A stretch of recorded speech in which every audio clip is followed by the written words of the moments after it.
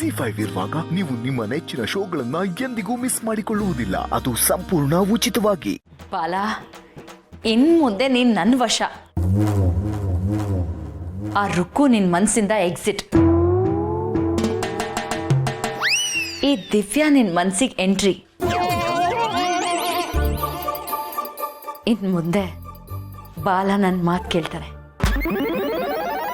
ಆ ಮಂತ್ರವಾದಿ ಮಂತ್ರ ಮಾಡ್ಕೊಟ್ಟಿರೋ ನಿಂಬೆಹಣ್ಣು ಖಂಡಿತ ವರ್ಕ್ ಆಗತ್ತೆ.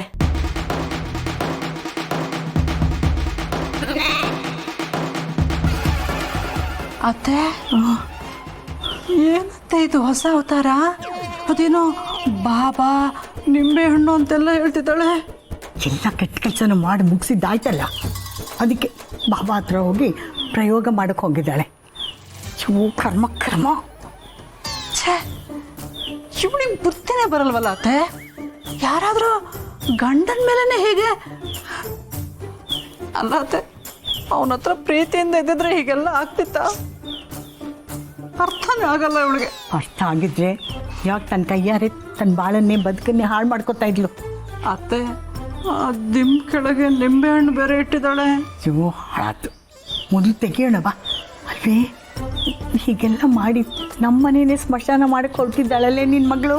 Ready ready.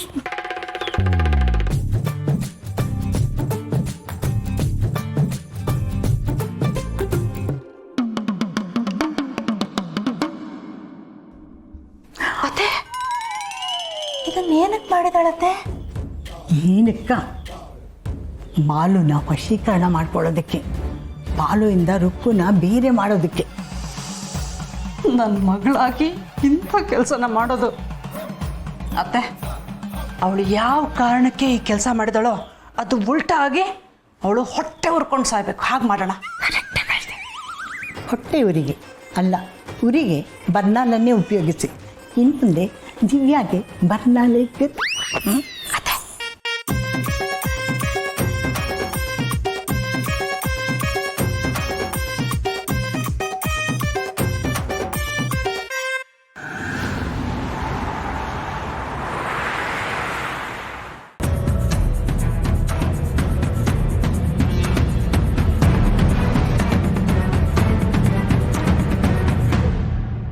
ನಮಸ್ಕಾರ ಮೇಡಮ್ ಅವರೇ. ನಮಸ್ಕಾರ, ಕೂತ್ಕೊಳ್ಳಿ.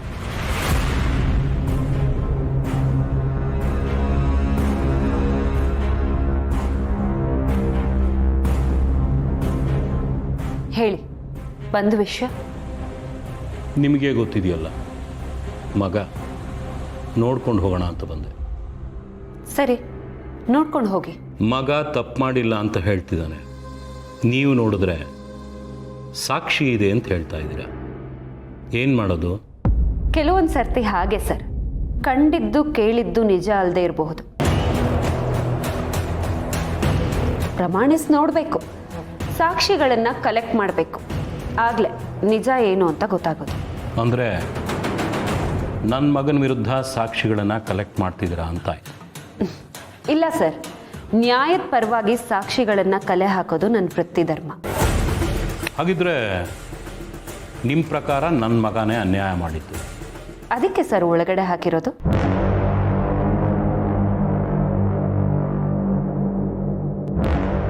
ನೋಡಿ ಅದೇನು ಮಾಡ್ತೀರಾ ಅಂತ ಮುಂದುವರಿಸಿ. ಮೇಡಮ್, ಚಾರ್ಜ್ ಶೀಟ್ ನೋಡಬೇಕಾಗಿತ್ತು. ಮುನ್ಸ್ವಾಮಿ ಅವರೇ, ಚಾರ್ಜ್ ಶೀಟ್ ತೊಗೊಂಬನ್ನಿ.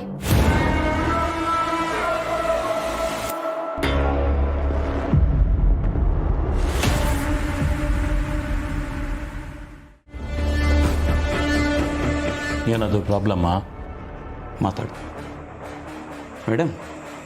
ಒಂದು ಸೆಕ್ಷನ್ ಹಾಕೋ ಕಡೆ ಇಷ್ಟೊಂದು ಚಾರ್ಜಸ್ ಹಾಕಿದಿರಲ್ಲ? ವಿಕ್ಟಿಮ್ ಕೊಟ್ಟಿರೋ ಹೇಳಿಕೆ ಪ್ರಕಾರ ಚಾರ್ಜ್ ಶೀಟ್ ಹಾಕಿದ್ದೀವಿ.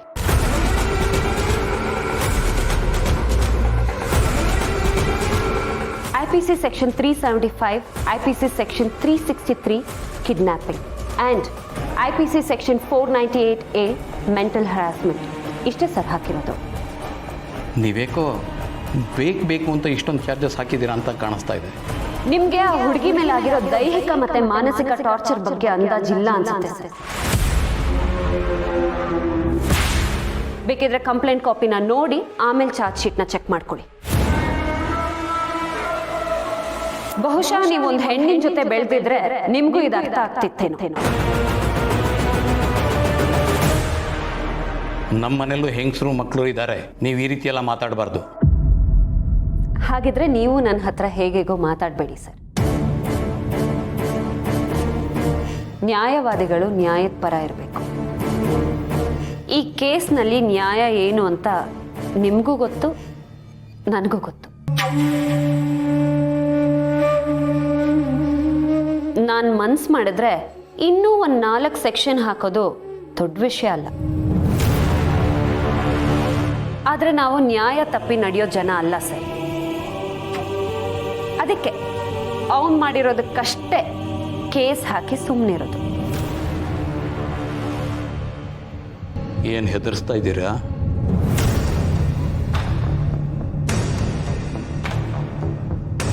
ನ್ಯಾಯಕ್ಕೆ ಯಾವ ಹೆದರಿಕೆನೂ ಇಲ್ಲ ಸರ್. ನಾನು ಯಾರು ಅಂತ ಗೊತ್ತಿದ್ದೇ ಮಾತಾಡ್ತಿದ್ದೀರಾ? ನಾನು ಮತ್ತು ನಿಮ್ಮ ಮಾವ ವೃತ್ತಿ ಮತ್ತು ವೈಯಕ್ತಿಕ ಜೀವನನ ನಾನು ಯಾವಾಗಲೂ ಸಪ್ರೇಟಾಗಿ ಇಡೋದಕ್ಕೆ ಇಷ್ಟಪಡ್ತೀನಿ. ಮುಂದೆ ಏನೇ ಇದ್ರೂ ನೀವು ಕೋರ್ಟಲ್ಲಿ ಮಾತಾಡ್ಕೊಳ್ಳಿ. ನೋಡಿ, ನಾನು ನಿಮ್ಮ ಮಾವನ ಸ್ನೇಹಿತನಾಗಿ ಮತ್ತೊಮ್ಮೆ ನಿಮ್ಮನ್ನು ಕೇಳ್ಕೊತಾ ಇದ್ದೀನಿ, ಸರಿಯಾಗಿ ವಿಚಾರಣೆ ಮಾಡಿ ಸರಿಯಾದ ನಿರ್ಧಾರಕ್ಕೆ. ಯಾಕೆ ಅಂದರೆ ಕೆಲವೊಂದು ಸಲ ಮಾಡೋ ವಿಚಾರಣೆಗಳು ಕೆಲಸಕ್ಕೆ ಬರದೇ ಹೋಗುತ್ತೆ.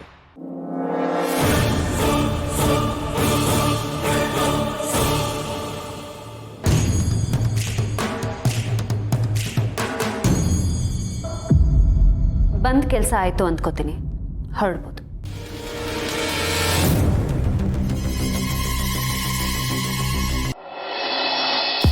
ಮಾವ ಏನಾಯ್ತು? ಯಾಕಿದ್ದಕ್ಕಿದ್ದಾಗೆ ಒಂಥರ ಆಗ್ಬಿಟ್ಟೆ? ಏನಿಲ್ಲ ರೂಪು, ಹಾಗೆ ಸುಮ್ಮನೆ. ಸುಮ್ಮನೆ ಕಣ್ಣಲ್ಲಿ ನೀರು ತುಂಬ್ಕೊಳತ್ತಾ? ಹೇಳು ಮಾವ ಏನಾಯ್ತು ಅಂತ. ಅದೇ ರೂಪು, ಅವತ್ತು ನಮ್ಮ ದರ್ಶಿನಿನ ಸೀಲ್ ಮಾಡಕ್ಕೆ ಬಂದಿದ್ರಲ್ಲ, ಆ ದಿನ ನೆನಪಾಯ್ತು ಅಷ್ಟೇ. ಹೋಗ್ಲಿ ಬಿಡು ಮಾವ, ಕೆಟ್ಟದನ್ನ ಯಾಕೆ ಯೋಚನೆ ಮಾಡ್ಬೇಕಲ್ವಾ? ಕಷ್ಟಪಟ್ಟು ಕಟ್ಟಿದ ಕನಸು, ಜನರ ಹತ್ರ ಗಳಿಸ್ಕೊಡಿದ ನಂಬಿಕೆ, ವಿಶ್ವಾಸ ಎಲ್ಲನೂ ಆ ದಿವ್ಯನ ಹಠಕ್ಕೆ ಮಣ್ಪಾಲಾಗೋಗಿರೋದಲ್ಲ ರುಕ್ಕು. ಅವಳಿಗೆ ಯಾಕೆ ಇಷ್ಟೊಂದು ದ್ವೇಷ ಅಂತ ನನಗೆ ಅರ್ಥನೇ ಆಗಲ್ಲ ರುಕ್ಕು. ನಾನು ಅಷ್ಟು ಆಸೆ ಪಟ್ಟು ಪ್ರೀತಿಸಿ ಮದುವೆ ಆಗಿದ್ದ ಹುಡುಗಿ ಇವಳೇನ ಅಂತ ನನಗೊಂದೊಂದ್ಸರಿ ಡೌಟ್ ಆಗ್ಬಿಡುತ್ತೆ. ಈಗ ಅವಳ ಬಗ್ಗೆ ಎಲ್ಲ ಗೊತ್ತಾಗಿದೆಯಲ್ಲ, ಬೇಜಾರು ಮಾಡ್ಕೊಂಡ್ರೆ ಏನೂ ಯೂಸ್ ಇಲ್ಲ ಮಾವ.